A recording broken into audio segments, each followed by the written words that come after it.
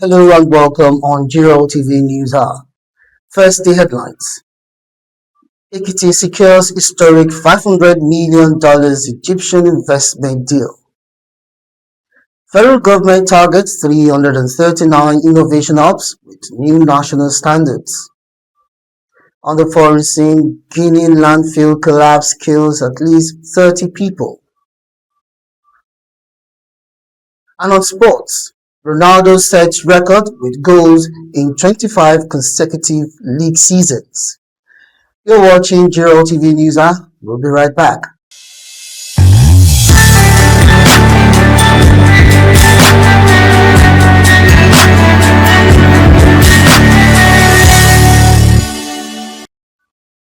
Welcome back, and now to the main points. My name is Olubolade Ogboroku. I will starting from the home front.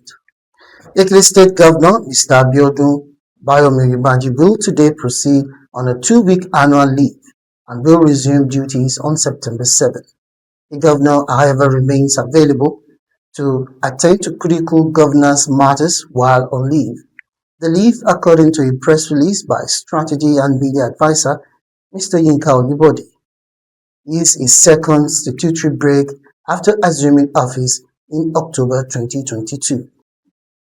Ekiti State Government has secured potential industrial and trade investment worth up to $500 million following a 5-day investment mission to Egypt that attracted over 40 Egyptian industrialists. The mission produced 8 expressions of interest across agriculture, agro-processing, textile manufacturing, and solid mineral sectors. Commissioner for Agric and Food Security in the state, Ebenezer Buluade, emphasized that building agricultural value chain remains central to the state's food security agenda, while Investment Commissioner Omotayo Adeola confirmed the government's priority is converting these expressions into concrete investment through site visits and factory establishments. The Egyptian industrialists have expressed interest in establishing manufacturing facilities that will tap into Ekiti's abundant agricultural resources and strategic location. Still in Ekiti State and on the celebration of the Youth Day, the Ekiti State Police Command has held the grand finale of the Nigeria Police Forces 2026 International Youth Day celebration during the weekend at the Police Officers' Mess in Ado-Ekiti.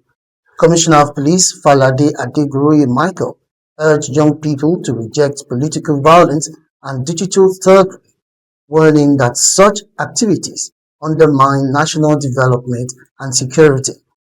The event featured panel discussions on building a peaceful future for Nigerian youths and a dialogue session on strengthening trust between police and young people.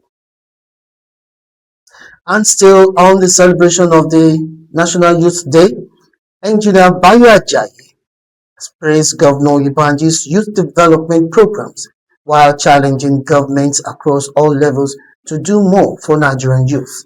Speaking at an International Youth Day event organized by the Nigeria Youth Congress, Ajayi declared that empowering youth requires more than mere rhetoric, noting that government agricultural interventions have engaged many young Ekiti indigents in meaningful livelihoods.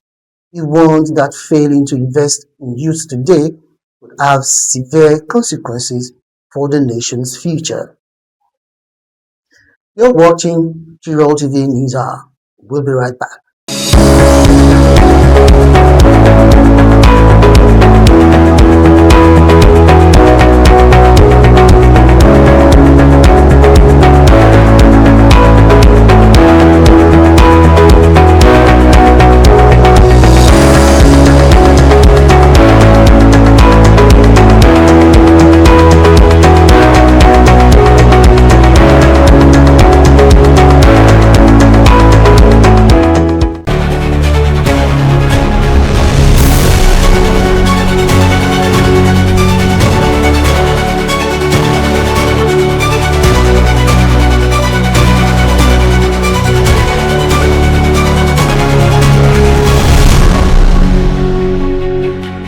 Welcome back to Jiroltv News. And now the news continues. Still on the home front, Efon Kingdom held the grand finale of its 43rd Efon Day celebration on Saturday, adopting Governor Biodun Oyebanji as Bashorun Ataishi and Senate Leader Michael Opeyemi Bamidele, popularly known as MOB, as Okolomo Atulushi of the Kingdom. The week-long event, themed Extraordinary 2020 Extraordinary 2026, commemorates the community's survival of political violence following the 1983 governorship election. The celebration featured parades, cultural displays, and special honors for distinguished sons and daughters, including Chief Amos Bamidele Oluokere and Honorable Justice Monisola Abodunde, while posthumous awards for late Pastor Stephen Obisheson and late Dr. Emmanuel Dada.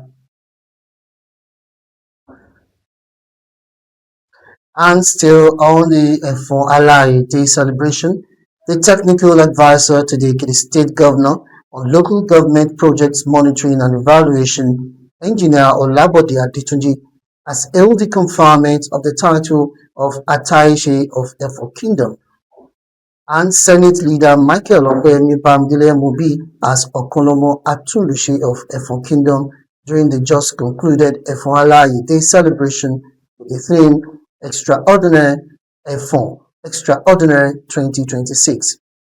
Engineer Adetunji noted that the honor is apt and indeed worthy on the governor and Senate leader because through them a lot of development has come into the community and benefited community residents immensely across all sectors like education, health, infrastructure, and agriculture, to mention a few. We pray that God will give him more grace to complete his second term in grace and more outstanding development across the state. Similarly, he congratulated the monarch, His Royal Majesty Oba Dr. Emmanuel Adesoya Aladejare Abusoye II, the Obalufon Alayemori and Alaye of Efon Kingdom, as well as indigenes of the land, on the success of the celebration and praised that next year's celebration will be better than this year's, with a charge to sustain the peace and unity within the community. Moving now to the national scene. The federal government is moving to standardize and strengthen Nigeria's more than 339 innovation hubs as NITDA develops a national framework to improve the capacity of hubs to support startups and technology-driven businesses. Director General Kashifu Inua said the framework will help create stronger and more sustainable innovation ecosystem while reducing the concentration of technology activity in Lagos and Abuja. The proposed framework contains 7 key dimensions and about 35 assessment categories, allowing hubs to develop around the economic strengths and specific needs of their communities. Still on the federal government will flag off the dualization of the Ibadan-Ijebu-Ode road today to ease movement between Oyo and Ogun states and boost trade along the Lagos-Ogun Economic Corridor. Minister of Works, Senator David Umahi, said the project, awarded to JRB Construction Limited, is part of the renewed hope agenda to modernize critical road infrastructure.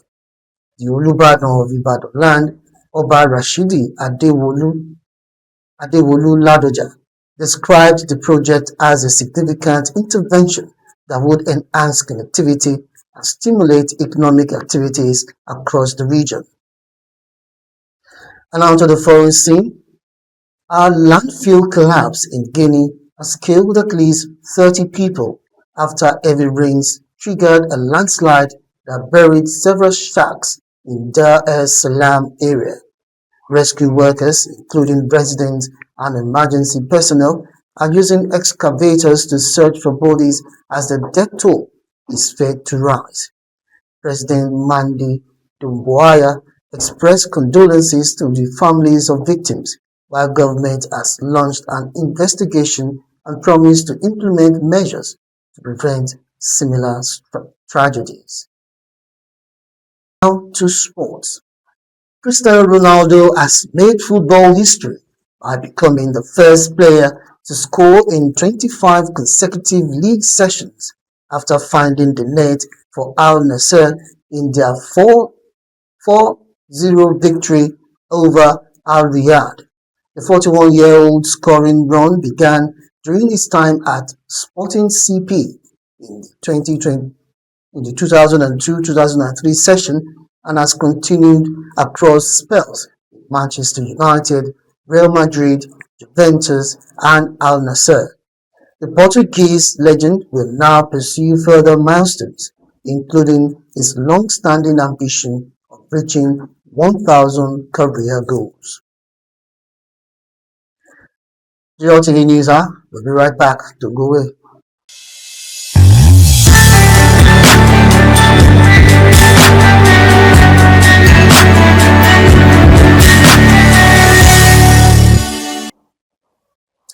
Welcome back, and that's it on Jiroltv News app. But remember, you can find Jiroltv on Facebook and YouTube. Just type Jiroltv and you will be taken to our handles.